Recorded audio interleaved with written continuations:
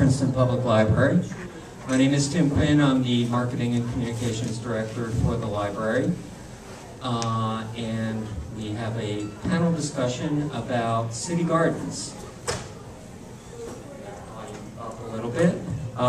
So while I have this job today doing promotion for the library, in the late 70s and early 80s, as a college student at Trenton State, I was on WTSR 91.3 FM, a Radio-Thon 1982 t-shirt. One night in the summer of 1980, I remember it was July, and it was one of those nights when you wondered whether anyone was listening to the radio at 9 o'clock on a Sunday night. And I got a call from this guy, Randy Ellis, who I'd met 2 weeks before at a shade show at Brothers in Hamilton. And he told me that he had this new club that was opening in 2 weeks, and he was going to be DJing there, and would I come out? And I said, sure. And he said, well, where is it? And he said, it's in Trenton. And I said, so where in Trenton? And he said, it's on Calhoun Street. And so then it became like, we're on Calhoun Street. And he said, do you know where the old Chocolate City Disco was? And I said, oh, yeah, sure. So it was a Sunday night, and I went there, and there were about, about 10 of us, maybe, in the old back room at City Gardens, because the front was all full of junk from Tut's pellet stove business. So we went in the back, and Randy was DJing and trying to cajole us all to get up and dance, and some of us did, because nobody cared about whether you could dance or whether you couldn't dance, or what you were wearing, or what you looked like, or whether you knew any of the music that was being played. And from that beginning, that sort of became the ethos for the club, was that everyone was welcome, and that everyone, no matter what kind of music you liked or what you looked like, could come there and have a good time and dance, and nobody would laugh at you. So gathered today, we have a panel for a discussion on city gardens, including the authors of this book, which is for sale, Amy and Steve, called No Slam Dancing, No Stage Diving, No Spikes, an oral history of the legendary city gardens. And as part of our effort to entice them to come to the library to speak, we told them that we could probably talk Allison and Carlos into joining this discussion. Both Allison and Carlos work here at the library with me, and Allison is a youth services librarian, does story times and runs this huge children's book festival that we have in September out on Heinz Plaza. And very well. And I also said that we might be able to convince Carlos, who works in the circ desk and works over at Firestone as well, who the word legendary applies to, DJ Carlos. So I'm going to ask like a very few questions, including some that were put online. And I just want to start by asking each of you, if you can remember, as I did, the first time that you came into City Gardens, what was it like? What had you heard? Were you prepared for what you saw? So if we want to go left to right, Allison worked as a bartender at City Gardens, but had you been there? Had you been to the club before you worked there? I came to the club probably around the same time that you did, and walked into the back room. With the authors of No Slam Dancing, No Stage Diving, No Spikes. You won't find any of that here on a normal basis, but come into the viewing room and listen as the authors discuss their oral history of legendary alternative music venues, City Gardens, with PPL staff results. I think you Carlos Santos, legendary DJ, legendary majority. That's right, legendary. There's going to be no limit to this man tonight. I'm just going to tell you that. But I probably came into the club right around the same time that Tim was talking about. I was listening to TSR, and I had gone with a couple of my friends. It was, you know, let's just go. And when we walked in, went to the back room, and I can remember generals and majors playing on, you know, and Randy DJing, and I was just so amazed that booze was so cheap. I had a $10 bill, and wow, you know, that went a really far way. And yeah, we were dancing, and we decided we're coming back. We're definitely coming back. And then, you know, we found out about some shows and other things. The shows weren't always right there. I mean, it did start off as a dance club, but that's my first memory of it. And meeting Frank Tut, King Tut. Carlos? Yeah, my first memory probably was the one time I ever walked into the back room when it was still only the back room, and it was a dance night. And the DJ, Randy, was playing Totally Wired. I was by a group called The Fall. And I was like, wow, this is my type of place. and then I wound up, the first show I went to was there, probably Wall of Voodoo, one of their early shows, or perhaps REM, I don't remember. There were a couple of really early shows. And it was just a wonderful place. And I knew that this was going to be a place where I was going to be hanging out an awful lot. And eventually I became a DJ. Those are my first memories. My turn? Steve has a different take on it. Yeah, mine's going to be completely different. I went to City Gardens pretty late. 1988 was the first time I went in there. I had no knowledge of it being a dance club. I didn't know anything about DJs. I wasn't there for DJs, of course. I went to see my punk rock god, Glenn Danzig. I'd been going to shows. I'm originally from Philadelphia. I'd been going to shows for many years in Philly by that point. And I've said this many times before, City Gardens was kind of like this far-off exotic place that you had to have a car to go to. But you would go to shows, you know, anywhere in Philly, and you'd always have kids handing out flyers for other shows, other venues, and you'd always see these City Gardens cards and flyers, and you'd be like, my God, I've got to figure out a way to get there. So it wasn't until 1988 that me and a friend of mine made what we call a pilgrimage, and again, pre-internet, pre-cell phone, pre-GPS. We didn't know. We said, we got in the car, we'll just drive up 95 until we see signs for Trenton.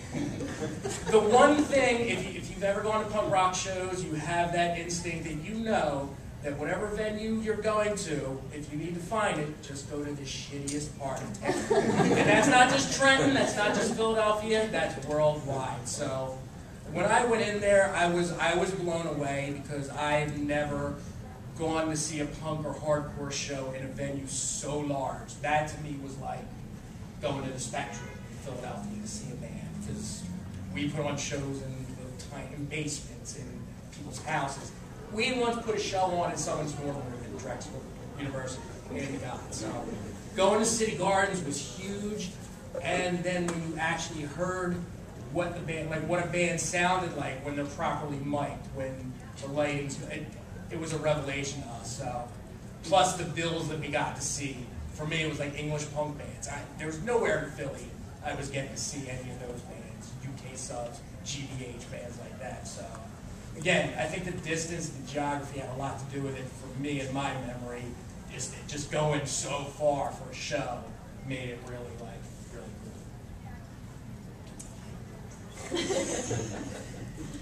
I started hearing about City Gardens. I was a teenager. I was listening to college radio. I was listening to shows on TSR, some on PRB, but mostly TSR, and just hearing about City Gardens.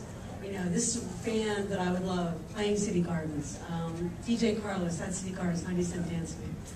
I was 15, I could not wait to get my driver's license. I actually got a fake ID before I got my driver's license. So when I got my driver's license, I already had the fake ID so I could get into clubs. And the first one I went to was City Gardens. Like the day I got my license, that night I drove there. And I came in, it was a Thursday night. And I'm like, I walked in like, this is it. These are my people, this is my place. It's everything I thought it was going to be and more. Just the no judgment attitude, if you want to dance by yourself, go dance by yourself. No one's gonna look askance. It was just very, very free and open, and I think that's what fostered a lot of creativity that went on there. It was just, if you had a band and you wanted to play, Randy would probably let you play. If you had a movie that you made and you wanted to show it, you could probably show it there.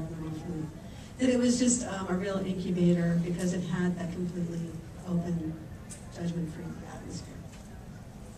Thanks. Joe Knotts online on the event page for this. Is he here by any chance? Ask a lot of questions and some good ones, so I'll put them to the panel. What factors do you think allowed the club to rise then, and could a club such as City Gardens exist today? I don't think it can. No, I would agree, no. It was a time. It was a club for the times. It was the audience was there, the music scene was there. You know, the club was waiting to happen because of so many different factors. And you know, nowadays there's so much competition between there's a variety of entertainment choices for people that are younger. You know. Yeah, right. Yeah. I think that a lot of it was the excitement in the music. The music scene was just so refreshing. Whether it was the very late 70s, early 80s, and all the great acts that were coming through and all the excitement, or later on in the 80s with the hardcore scene, which a lot of people were definitely very much into. But the club soaked that all in, and it presented it back to the people that wanted to hear it and wanted to participate in it. REM played there, way before they ever became big, the groups that became bigger later on played there. All sorts of 80s acts like New Order and Echo and the Bunnymen and Thompson Twins played there, all bands, and Flock of Seagulls, and also Devo, yeah. The people that came to the club would either go to Philly or New York on the weekends to get this sort of entertainments. And the fact that it was right in the middle of it, you brought in people from the Philly suburbs, you brought in people even as far up as North Jersey, and even in South Jersey. And it was just the perfect location for a club this size and the music that it was presenting. Plus, everything wasn't as everything wasn't as instant gratification as it is now. Like you waited and anticipated a show weeks in advance. You didn't go on YouTube and watch how it happened.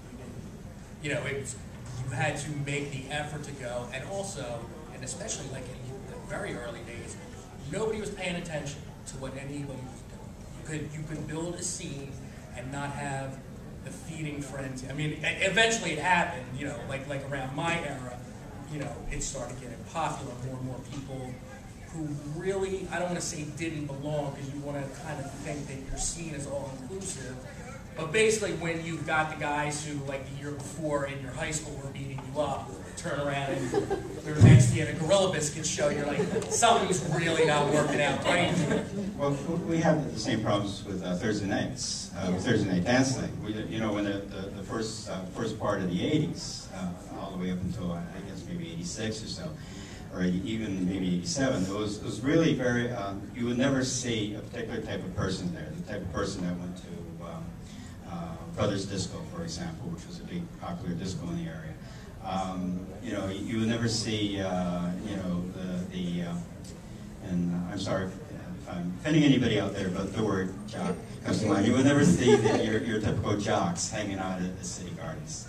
And the later part of the... I want to interject. No, that's not true, because then the jocks from when it was Trenton State College would show up.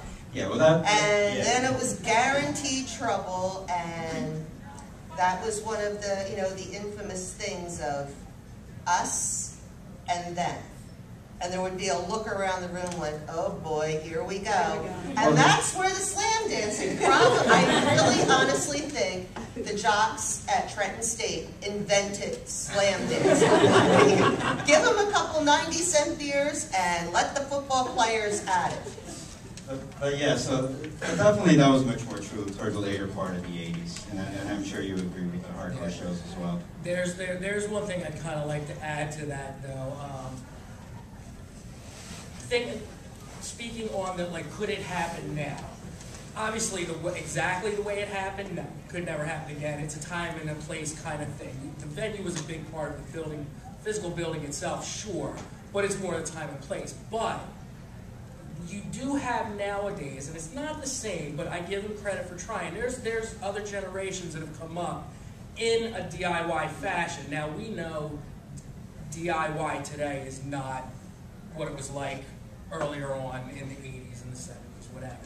You have a lot of tools at your disposal. You have social media to promote any show you want to put on. So yeah, you may be, you know, it might be easier for them, but I know firsthand that there are a lot of people, you know, 20 years young, I'm 42, 41, and there are people 20 years younger than me, teenagers, who are basically booking shows, underground shows, basement shows. So it does still happen, and it's far enough under the radar that it's not become like the commodity that what we grew up with and doing became in the 90s. So they still have a little bit of time to keep it underground, but people have taken the lessons that people like Randy now taught.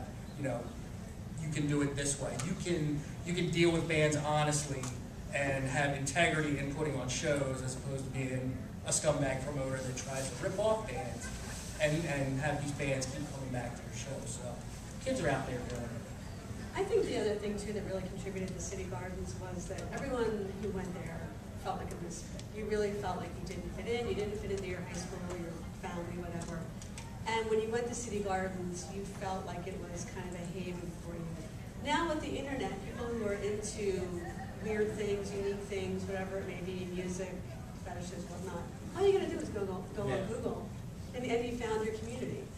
It was a lot harder back then. You had to leave your house, you had to explore, you had to go to different places, you had to try to find other people who were open-minded and had the same mindset as you. So I think in that sense, that was one of the drivers of City Gardens, was you felt like you could go there and be yourself. I don't think now with the internet, that need is quite as strong.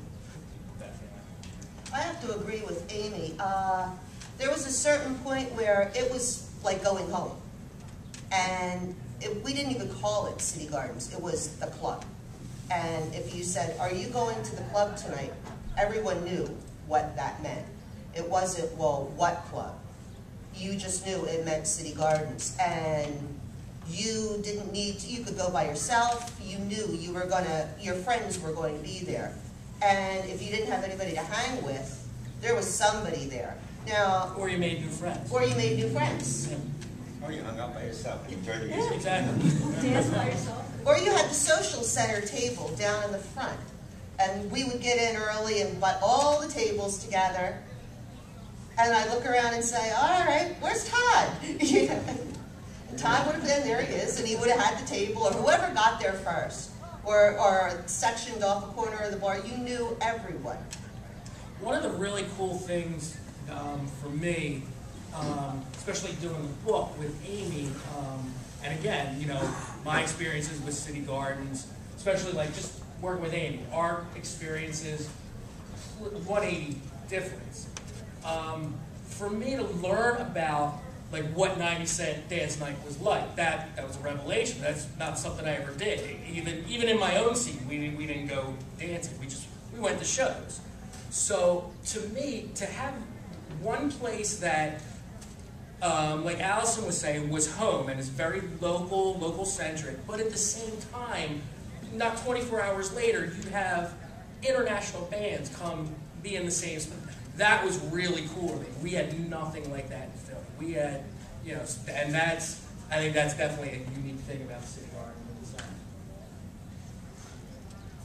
So, Joe Knox also asked whether you think that the scene, such as it is prevented from growing because it's become sort of, he doesn't use this word, but wussified. So you have like School of Rock now, where kids are able to go and learn to be in bands that their soccer moms drive them to. Or now I know my son goes to New Brunswick for basement shows all the time, and they're sort of what's the kind of thing that Steve was talking about. He's 17. And I was last night at a dance thing at Princeton Shopping Center that a bunch of high school kids had put together just to see what it was like. So do you think that that there has been sort of a wussification of the... I think so. If there's a wussification, then it's, I have to put it on me. It's the fault of my generation going to shows at City Gardens and doing dumbass things like jumping off of stages so that people who are club owners and promoters like Randy had to put stupid rules in place that you can't jump off a stage, you can't stay. So if there is, it's our own fault.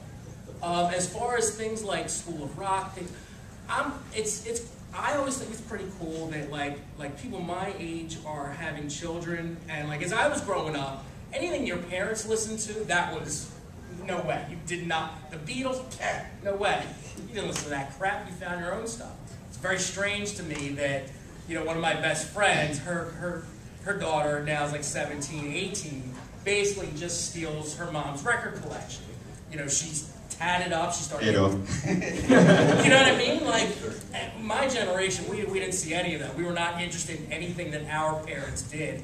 I find that, like, my friends that have children that are learning about music or getting into music, they spend more time asking us about the bands that we listen to, the shows that we went to, as opposed to, like, when I was 17, I would never talk to an adult about anything, let alone music. So, I mean, it's like a wussification. I don't know. It's kind of a strong word. In some ways, yeah. I don't know. I think there's a lot of really great acts out there now. I'm sure. And part of the problem, everybody's much more expensive these days than back in the 80s. Yeah. You know, when you compare dollars for dollars, yeah. You know, the club was able to bring in a variety of acts because a lot of these bands were affordable. Yeah. For a club that held 1,000 people. Yeah.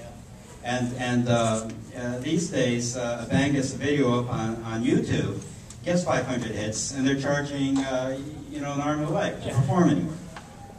So that's part of the big problem. That's an inherent problem in music itself. You have, like you said, you have these people who they have no concept of going through the demo phase. Like they think the first thing they write down and record is the greatest thing ever, and like you said, like, all right, you know, we want a guarantee of $5,000. Like, you've never played a show before, and you've already got a rider. Like, these things are very commonplace now, whereas back in the day, you did shows kind of on a handshake, and like, hey, if there's money for beer, here, it's yours. I actually booked Flipper at City Gardens. And, oh, so it's your fault.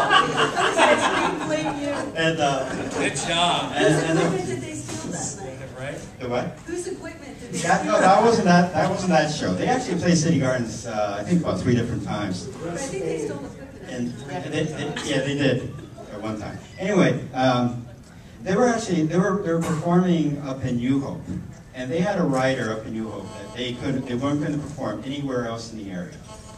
So I called them up, and I said, and I had a big discussion back and forth with the manager, and I said, and I don't think you can do this on this day and age. I said, look, play here, We won't advertise it anywhere. We'll just advertise it in-house. And nobody will know. And actually, that's what they did. They played City Gardens. It was an off night. We had more people than they had up at Zadar's. I don't know about that. I was in that show. Zadar's is in the house. You know, it was a great turnout. It was just word of mouth. People getting on the phone saying, "Hey, Flipper's playing on Wednesday night. Let's get over there." The person that booked them up at Zadar's never heard about it until about 20 years later. Nice. Nice. So I'm wondering if Steve and Amy could talk a little bit about the process that went into the writing of the book. I know you're probably tired of telling this story, but by now you probably have like a bumper sticker version of it. So It's painful to relive. Every time I describe it, it's like I'm reliving it all over. Exactly. No, the book started off, I started working with Randy now, the main promoter, not the owner, Randy promoted, that was Todd. The main promoter at City Gardens, just to get together his stories, some of his wacky stories. Oh, you know what, the battery crapped out. And it just sort of, as the more I got into it, the more I'm like, this isn't just Randy's story, this is everyone's story. I just started talking to different people, and it just kept on snowballing, more and more people, more and more interviews, to the point where I got completely overwhelmed and just kind of dropped the project. I can't do this. And then I met Steve on the internet. And he came in and kind of revitalized the project. He did the later years of City Gardens as bands that I'm not that familiar with, the Gorilla Biscuits, the Token Entry type bands. And so he helped complete it. So it's been a long process. I mean, it was very much fits and starts. But in the end, I think that oral history is my favorite format for telling historical things. And I think it came out really well. Anyone who wasn't in the book wasn't meant to be. They're not missed. Everyone who had to be in it is in it. So that was really the process. And it took, overall, it took about like between 13 and 15 years. More than that. I think I had 7 just during the Kickstarter. I was just saying, 7 alone during Kickstarter. Pretty much Amy summed it up. It was a very strange, very chance meeting how Amy and I came together. It's no exaggeration where it's just blind, stumbling luck through the internets. I was living far, far away in Charlotte, North Carolina, the worst place in the world. In case you're ever wondering, I've been writing all my life, but I've been writing and working in music probably, as far as like, you start off doing zines, I was doing that in the later 80s. In the 90s, I graduated into friends and I having a record label, putting out our own record. So I used my writing in that capacity. I did a lot of freelancing. At the time, they had these things, they were called magazines. They were printed on paper. So I did a lot of work for that. But in Charlotte, I was really going nowhere, doing nothing, and just searching around one day and started to think, because when I never knew anything, any information and stuff about City Gardens. I never knew that there was even a King Tut. I knew there was this guy that was named Randy Now. I just assumed he owned the place. Never saw him, had no idea what he looked like. He was just this very weird, disembodied voice that would come over the PA in between bands and announce the upcoming shows, and then play really annoying polka music when he wanted you to leave. That's all I knew. Nothing. I had no idea the club opened in 1979. That blew my mind. So, talking to Amy, learning about City Gardens, I basically stalked her online and bugged her until she let me be a part of it. And that's really how it came in. So, getting all the hackneyed questions out of the way in one sitting. This one's for Allison. What was it like bartending with Jon Stewart? He was a comedian then. Give her the mic, please. He was a comedian then. I bartended with him off and on for several years. And he was charming. He was witty. He was a prankster. You never knew what he was going to do or what he was going to say. He took no BS off of anybody. And, you know, you see him on Comedy Central, and anybody that knows him, he's not a really tall, big guy. But he would just stand on the other side of the bar, and I think he probably coined the phrase, really? Before it went, you know, wound up in our lexicon today. He would just look at people and like, really? We made out really well with Tips. I always like tag teaming on that end of the bar with him because he was charming and he also poured hard. Tuck never liked that. But once you got him to a certain point, well, they were happy and the tips kept flowing and we would walk out at the end of the night and go to the diner and he'd say, it's my treat. And I thought, yeah, well, all right, because you did better than I did. But, you know, then he used to start cutting them 50-50 with me. So, but it's a really good guy. I had a lot of fun. So the other panelists, do any of you remember Jon Stewart? Because I sure did not. I remembered Allison, and when I started working here, it was like, oh, it's Allison from City Gardens. But I have no memory. I don't think I ever in my life went to a show I never went to a show that served alcohol in City Gardens. So the You bars. were a baby. Actually, he wound up working a lot of the non-alcohol shows. Because he was always he always volunteered. He got really worked too hard. He got along really well with Tut, and whenever Tut needed somebody to work the soda bar, he volunteered, even though he knew that he basically made out very little. He basically wanted to see the show. I mean, yeah, and he was always and he always wanted to see the shows too. And he worked a lot of the Thursday nights as well. And sometimes he would make a request for something like U2 or something. So Really, he was a big psychedelic furs man. Psychedelic furs, yeah. Actually, he and I, at one point, we saw the Psychedelic Furs, and I'll talk about competition, at the Halloran Ballroom. And I don't know if anybody in this room even knew the Halloran Ballroom from back in the day. Where was that at? Where was that at? Trail. And we took a road trip down to go see the Psychedelic Furs, and we got so lost. And we wound up like seeing like the last 10 minutes of it. Oh, that's like your dancing That's story. exactly. But I got a kiss from Tim Butler that night, so it was all good.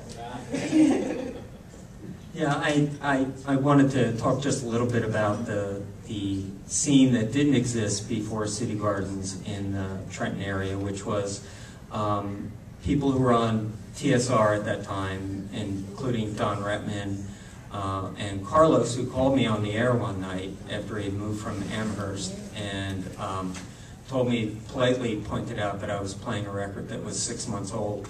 And at that time, you know, if you were playing anything that hadn't been released 15 minutes before, then you were pretty lame. But the scene, such as it was, the people at TSR there was pressure by the guys who were and the women who wanted to become professional DJs not to play what later became what was then called New Wave. So. You know, we would have to sort of sneak it in on the weekends or late at night when these guys who were running the station weren't around because they were looking to do sort of commercial, and several of them did go on to. Norm Latham was on 101.5 on the weekends, and so there was that where if you played like an Eno song, you were a rebel, and there was the Shades of Brothers on Tuesday night with their little pitchers of beer for $1, and that was pretty much the entirety of the scene. I remember when I started at Trenton State in November of 1977. Yes, I'm very old. They had a band. I just heard their record like the week before there. Talking Heads at the pub at Trenton State in November of 1977, and there were 10 people there, and 4 of them were members of the Shades, and the other 6 were DJs from WTSR. And, you know, that was the kind of experience that you could have where you had these great bands looking for, and you had people who were looking for that kind of experience.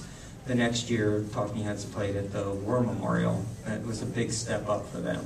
So, but there really, before City Gardens, there were sort of isolated pockets of, there was a show on WPRB on Saturday nights called, it wasn't Yesterday's Now Music Today, Crest of the New Wave. And, you know, that was a show that I waited all week to listen to, you know, because it was the one sort of punk rock show on WPRB. All the rest was you know, stuff that I wasn't interested in at the time. I don't think you can ever underestimate the impact of college radio. No, college radio and was... especially at that time. Oh my God! I mean, for me, and again, you know, as Allison pointed out, I'm a baby. I'm much younger than all you old heads. But even seriously, even when like I was hitting like pre-high school age, like still in grade school, 6th, 7th, and 8th grade. I knew like my aunt's record collection, the classic rock, Led Zeppelin, stuff like that. Playing around just, again, by accident, finding college radio and hearing, you know, what would later become my stuff, the stuff that I was, it's the only way I knew anything about music. And I think that's why Amy and I have an entire chapter in the book that's just about college radio at the time. And that I think is universal, no matter where you were or what scene you were part of. Actually, that's where I got started as well. It was college radio, but I started as you pointed out, I was up in Amherst, and I had a fairly huge record collection that I would pull out to the station. Which is why I said, come down here and be a DJ on WTSR and bring your records. I was running from there was this little import shop. Actually, there were 2 import shops and independent music shops. One in Northampton and the other in Amherst, and both of them have since long gone out of business. I used to take the bus, go from one to the other, and you know, my hard-earned money that I had collected from working as a produce clerk in the local grocery store, but I'll go to these records, and I'll be hitting parents up for college money. That's a different story. And so I was buying, you know, it was like an independent record would be released like on a Monday, and I was buying it on a Wednesday, including those from England and all of that. It was really lots of fun. Yeah. Back in that time. Well, there was no instant download. You had to plan your trip wisely and use your money wisely. There was no click it on Amazon and you have it on your MP3 player. And Amy, you worked at 3rd Street Jazz for a while, correct? Yeah, I worked at 3rd Street Jazz. I mean, that was, in putting the book together, sort of going back to your earlier question, there was really no way to accurately describe the time without talking about college radio and record stores, because that was all you had if you were a music nerd. That was it. Yeah, and zines. I mean, so that's why that chapter's in there, because for a young person now who's trying to figure out what that time was really like, that was your only lifeline to hearing new music. You couldn't, no instant download, no listen 90 seconds before you buy it on iTunes. It was, I mean, you could blow $10 on something and find out later on it sucked. Well, a lot more than that, I'll tell you. And I'll tell you what, you DJs, you made people work, because you'd play like 8 million songs, and it would be the 7,500,000th one that I was interested in, but God forbid you ever say who put a band. Or you'd be like, wait, the title he just said, is that the song that I liked, or was that the one before it? And you would go by it and be like, shit, it was the one before. That's when you start being that annoying caller. Yeah, can you run down your playlist for me, please? But that, again, it goes to what Amy was saying. You had to work for it. If you heard something you liked, you had to work for it. Me and my friends, our weekends consisted of digging in the crates, as they call it. You know, hitting every record store in Philly that we could get to on SEPTA or Walk-In or whatever. And a lot of times, like just shelling out money for something that you look at the 7-inch and you look at the band's name and you look at the photo. the label, should I not? All right, I'll do it. And you know what? For me, I'd say 55% of the time you did well. Yeah, exactly. And continuing on that thread from having DJ'd on Thursday nights, I would, it was always, the weekend was always off hunting records, whether it was in Third Street Jazz, which I often visited on the weekend, or the Record Exchange, or some hole in the wall in New Brunswick, or wherever. And I also had connections where people would send me boxes of records for a fee. There was Rockpool, which I was a member of for many years. And you would get these boxes of records in the mail, and you collect all the ones that you had bought, and you sit there and you put each one on the turntable, be like, nah, that doesn't sound like anything I want to play. Wow, yeah, this is good. Nisareb, who's this group? This is a really interesting group. So that was the process, and Allison can vouch for this. Hours before a Thursday night, or for that matter, even a Saturday night, which I also often worked, I would be sitting there scratching my head. Okay, this isn't going to work with this. This may work with that. Let me try this. Okay, now I have to play this. Then I'll get to the club, get a couple of drinks, get a couple of requests. Like, well, maybe I'll play that later. No. Okay, now it's going here. Okay, well, and it all works. Well, at least I'd like to think that it works. So. Much like what was going on with time with live music, you kind of threw shit up against the wall. Hope it stuck. And a lot of times, just the sheer creativity of it is what made it work. You look at, like, on the live aspect, you look at some of the bills that Randy put together. You read those back now, and you're like, that band should never play with that band ever. In fact, they shouldn't be within 50 miles of each other. But I went to that show, and that was a great show. So my favorite memory of the alternative, the hardcore shows is showing up for Nirvana, which I guess nobody thinks of as hardcore today, but back in the day they were. And there were like 50 people there. It was like, and everybody knows how big that group turned out to be. And they actually did a lousy show too. there's footage of it on YouTube. It's not that great a show. Yeah, but there were hardcore shows, and then there were hardcore shows. And some of my favorite were, well, the Dead Kennedys, Black Flag before Henry Rollins, which was probably one of the best shows I've ever seen, and whenever the Circle Jerks came to town, I was like, oh yeah, the Circle Jerks are here. Then there was some like, Dead Milkmen. But like the Glutton for Punishment, I turned up. And hardcore was never my scene, but... Yeah, I mean, Flipper was a really polarizing thing at the time. People hated it, or it was love or hate. So actually, the favorite show that was probably the most hated was the Beastie Boys. And I thought it was hilarious too.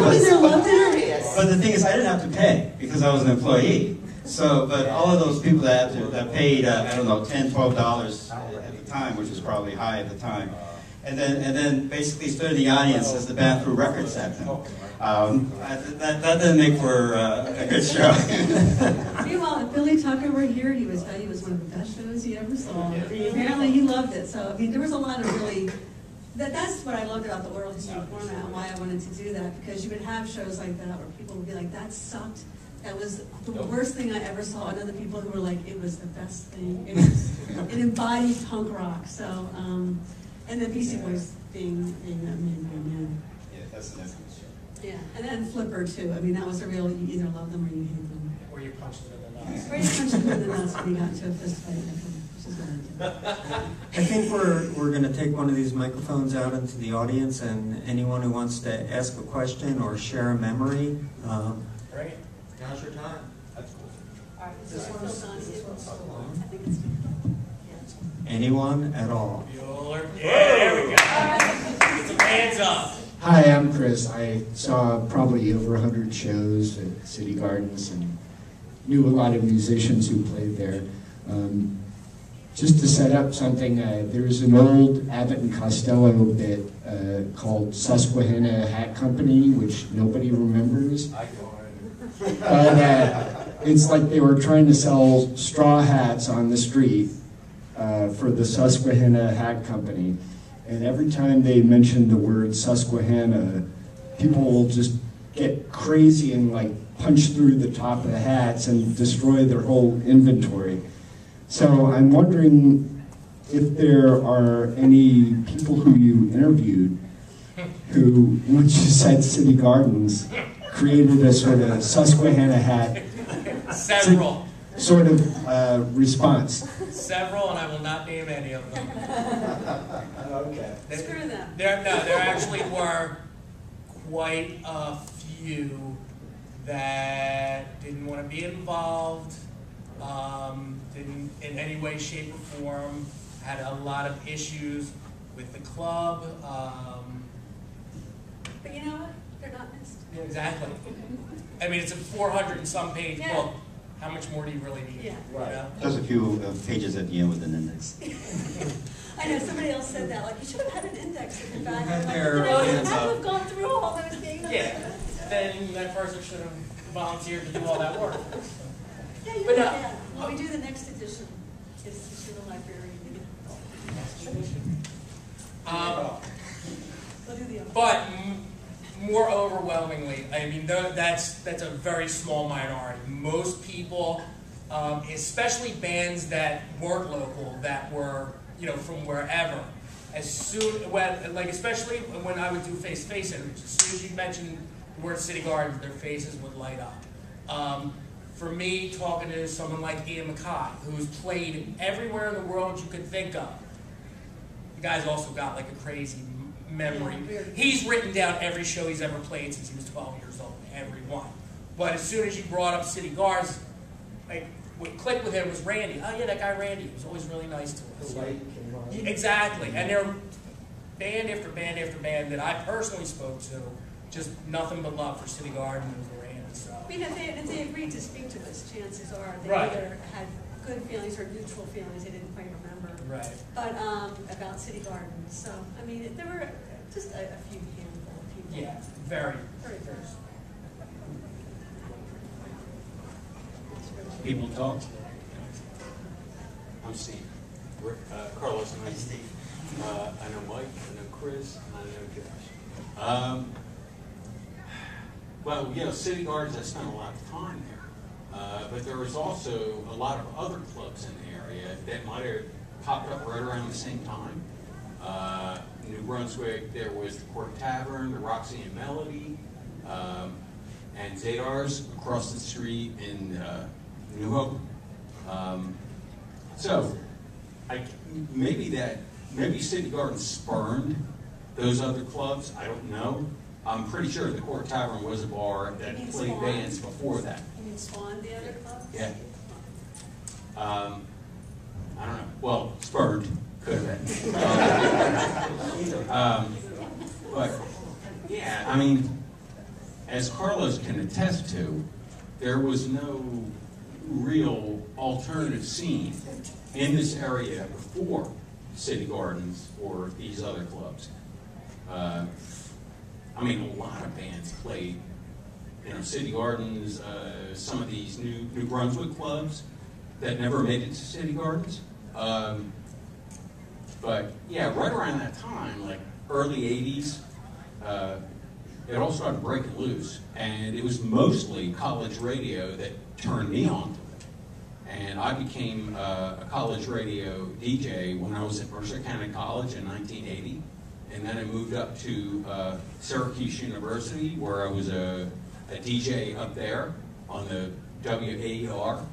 And it was huge. They used to get a lot of the new bands up there. And I saw the Cyphers up at Syracuse. I saw REM. As a matter of fact, I went out drinking with the guitar player from REM all night. I saw Gang of Four. Part of the next day.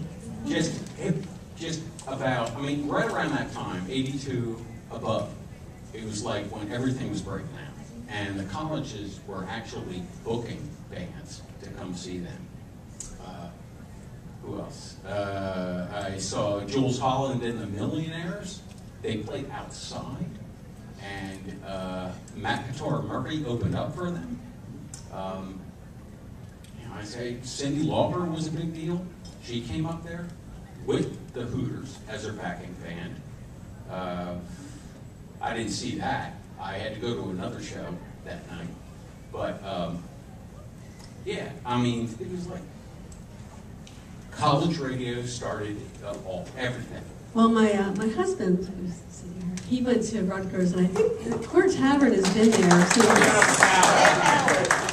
I think the Court Tavern has been there since the Stone Age or the Middle Ages. Because I know you said you went there when you went to Rutgers, and that was before City Gardens. Not when I was going to Rutgers. Not when you were going to Rutgers? But when at a certain point, I moved to Highland Park, and it was pretty much entrenched in those days. Okay. But they had a really different booking policy than City Gardens.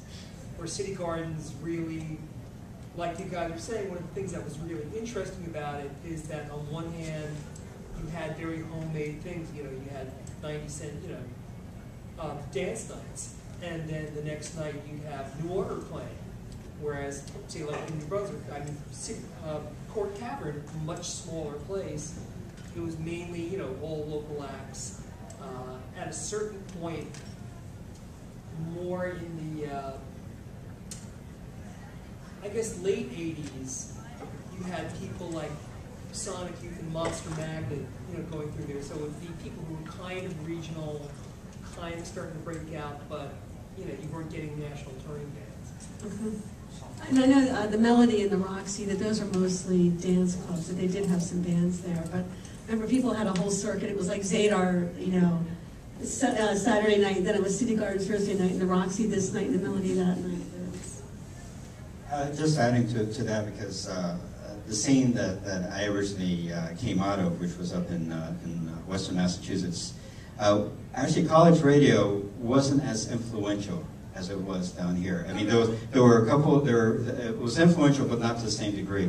What was influential was there was this band up there called Scientific Americans, which some of you may know. They released a release on Roar cassettes, and they were never very popular. But they had all these connections to these bands that were coming in. They would come in to play in Boston, like this little unknown band called the Psychedelic Furs.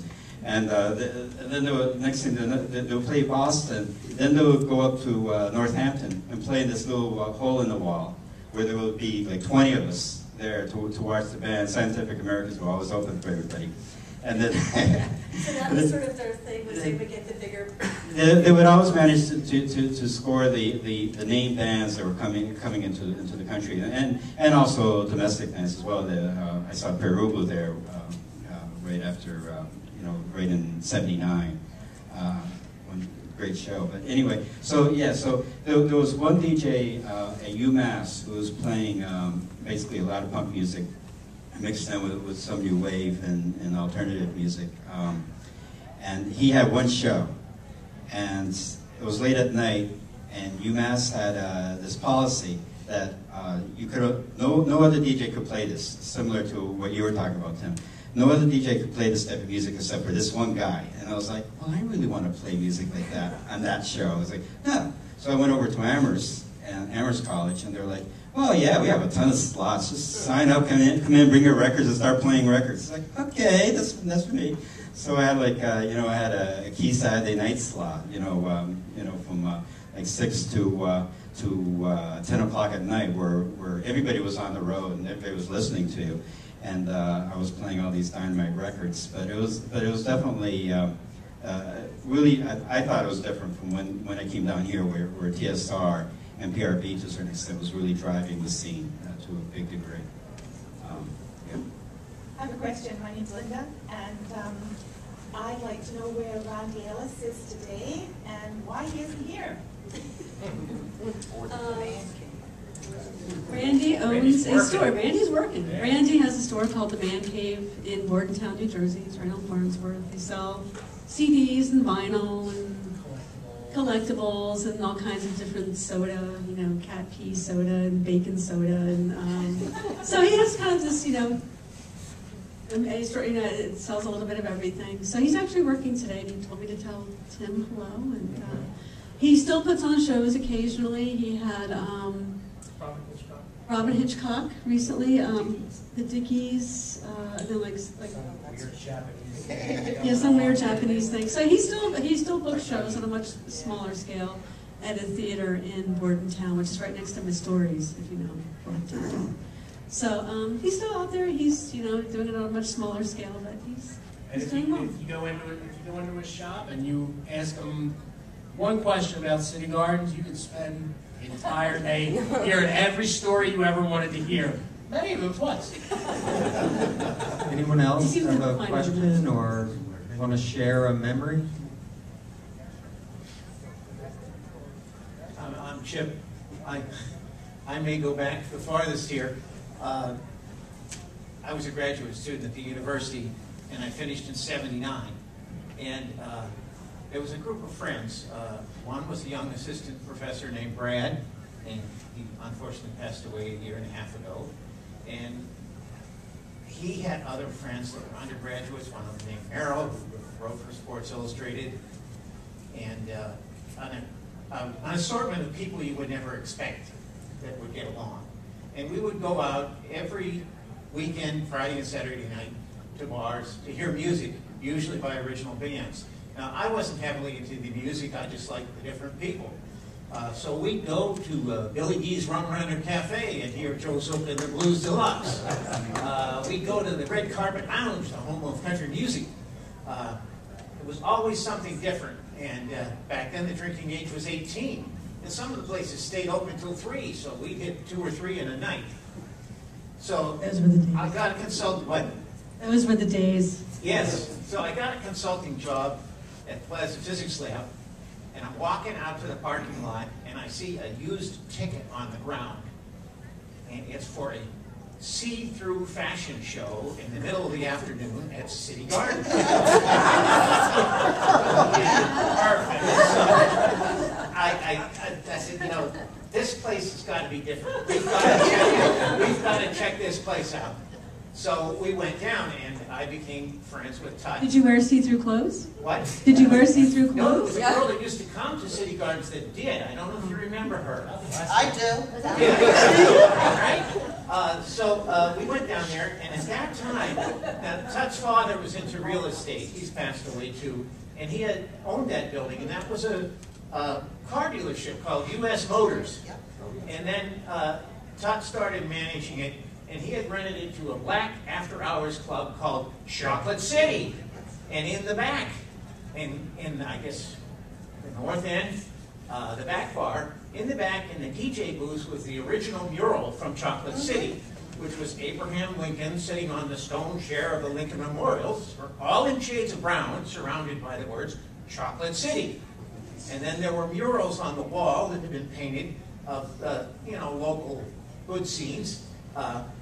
And it was heated with a wood stove because Tut and Patty had opened, that was the first energy crisis, and Tut and Patty had opened a wood stove store in Lawrenceville called the Lighter Knot. So they had a wood stove there, and the bar was just running in that back at the time. Then Randy came along and things moved. I rarely went to the big shows. I like to go on Thursday night. I saw Tut just last week. He's lost an enormous amount of weight. You wouldn't recognize him. He looks really good. I've seen him recently too. Yeah. He's And, really very healthy. Wow. But it was quite a place. And the thing is, Tut didn't discriminate against anyone. So he hired a lot of people from the neighborhood. And that's the reason he didn't have any trouble down there. I mean, it was a pretty rough place. We never had any trouble. And, Especially when the carnival was in town at Father Rocca Park. Yeah. Well, there were a few other things that happened at Father Rocca Park. When the breed started coming there. Yeah. Somehow it was always a good idea to go get a corn dog in the middle of the carnival. And you never thought twice about wandering out, and I'm still here to tell There were tales. these guys that used to come down to City Gardens that had an old hearse with like the 4 headlights on each side and the doors this thick. It was quite a cast of stars. And that's basically what I remember. Actually, can I talk about the safety and security thing of that club since you brought it up? And I remember you, by the way. I remember seeing you there so many times. I think for a lot of us old timers, when we started going there originally, we never felt like there was any problems in the parking lot or after hours or anything like that. I remember driving up Calhoun Street when I used to live in South Trenton at one point, another part of South Trenton, and I was driving up Calhoun Street, and there's people trying to sell you drugs as you're driving up. So you just roll up the window and just continue driving, no problems, right? And you know, the parking lot was always safe. I never, like I said, I mean, it wasn't in a very sketchy area, but maybe I blocked it out, but I really do not remember any time that anything you know, bad was going to happen, or I was worried that something bad was going to happen.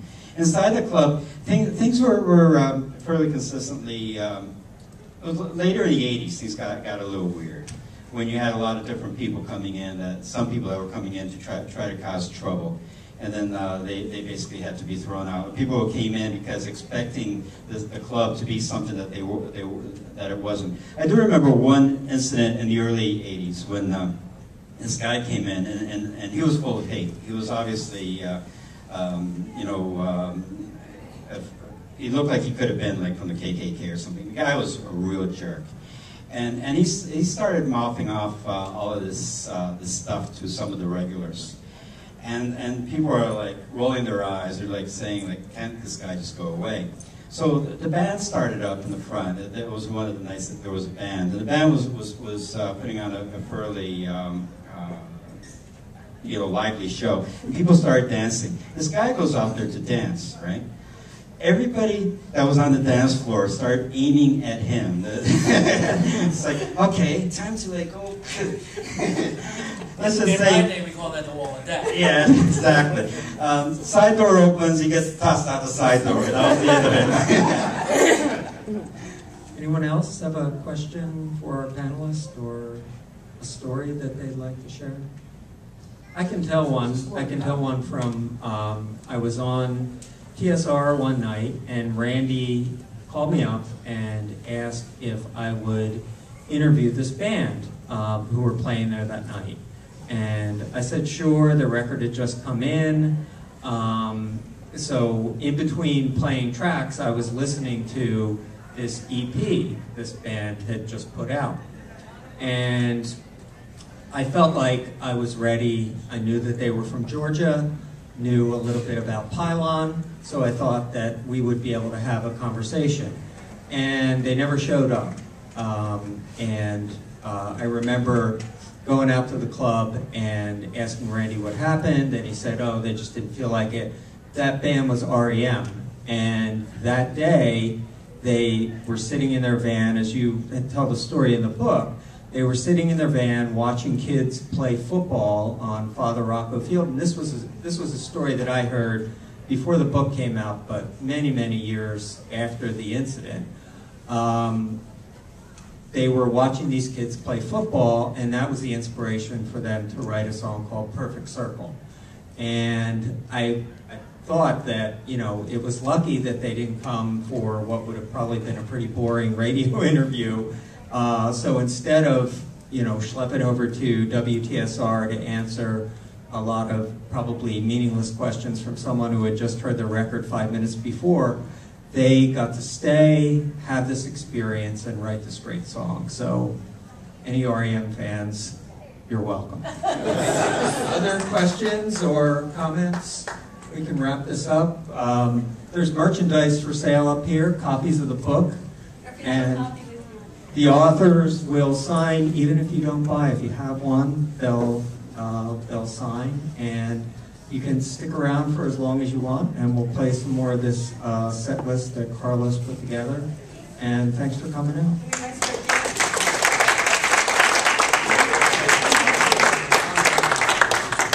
Thank you. Carlos, can you put a lawn chair? I love that one. You know what I do is request.